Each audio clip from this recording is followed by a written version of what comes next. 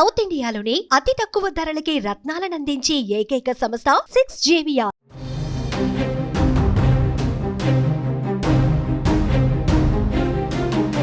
భారీ వర్షాలు అతలాకుతలం చేస్తున్నాయి. ఆఫ్రికా దేశమైనటువంటి నైజీరియాలో ఈ భారీ వర్షాలు అక్కడ అల్లకల్లోలమైనటువంటి పరిస్థితులను క్రియేట్ చేస్తున్నాయి. ఈ అకాల వర్షాల కారణంగా అక్కడ సంభవించినటువంటి వరదలు తీవ్ర విషాదాన్ని మిగిల్చాయి.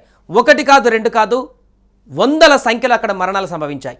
నైగర్ రాష్ట్రంలోని మోక్వా పట్టణంలో భారీ వరదలతో మరణించిన వారి సంఖ్య రోజురోజుకు పెరుగుతుంది. గత 4 రోజుల నుంచి ఈ సంఖ్య మరింతగా పెరుగుతుంది.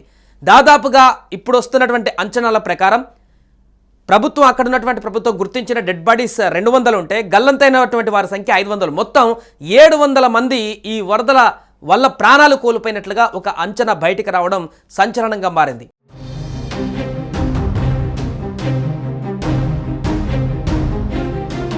గత గురువారం ఉదయం అకస్మాత్తుగా వచ్చినటువంటి కుండపోత వర్షం కారణంగా దాదాపు 5 గంటల్లోనే భారీ వరద పట్టణాన్ని ముంచెత్తిందని అక్కడున్నటువంటి ప్రత్యక్ష సాక్షులు చెప్తున్నారు. ఈ వరదలకు ఇప్పటి వరకు 200 మందికి పైగా మృతదేహాలను గుర్తించారు. మరో 500 మంది ఆచూకీ గల్లంతైంది. ఇంకా వారి అడ్రస్ దొరకట్లేదు. ఒక్కొక్కరి డెడ్ బాడీస్ ఎక్కడెక్కడ గల్లంతైన వారందరినీ కూడా గుర్తించే పనిలో ఇప్పుడు అక్కడ రెస్క్యూ బృందాలున్నాయి. వారంతా వరదల్లో కొట్టుకుపోయి ప్రాణాలు కోల్పోయి ఉంటారనేటువంటి అంచనా అధికారులు వేస్తున్నారు. ఎందుకంటే అక్కడి నుంచే ఒక్కొక్క మృతదేహాలు ఇప్పుడు బయటకు వస్తున్నాయి. గల్లంతైనటువంటి వారిలో ఎవరు సజీవంగా ఉండే అవకాశం లేనందున సహాయక చర్యలు నిలిపివేస్తున్నట్లుగా కూడా స్థానిక అధికారి మూసా కాంబోకు విలేకరులకు అక్కడున్నటువంటి స్థానిక విలేకరులకు కూడా ఆయన చెప్పడం జరిగింది. సో పరిస్థితి ఏ రకంగా ఉందో అర్థం చేసుకోవచ్చు. నైగర్ రాష్ట్రంలో వాణిజ్యపరంగా మోక్వా కీలక ప్రాంతం. ఇక్కడ భారీ ఎత్తున క్రయ విక్రయాలు జరుగుతుంటాయి. ముఖ్యంగా రైతులు తమ పంట ఉత్పత్తులను అమ్ముకోవడానికి ఇక్కడికి భారీగా వస్తుంటారు.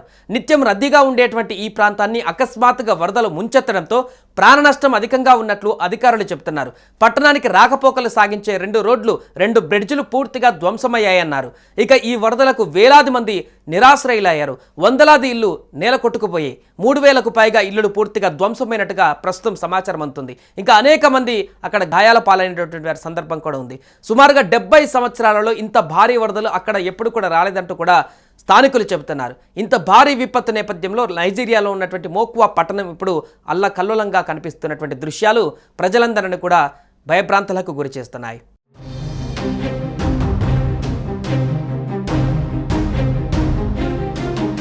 సుమన్ టీవీలో మీ పర్సనల్ అండ్ బిజినెస్ ప్రమోషన్స్ కోసం కింది నెంబర్కి కాంటాక్ట్ చేయండి.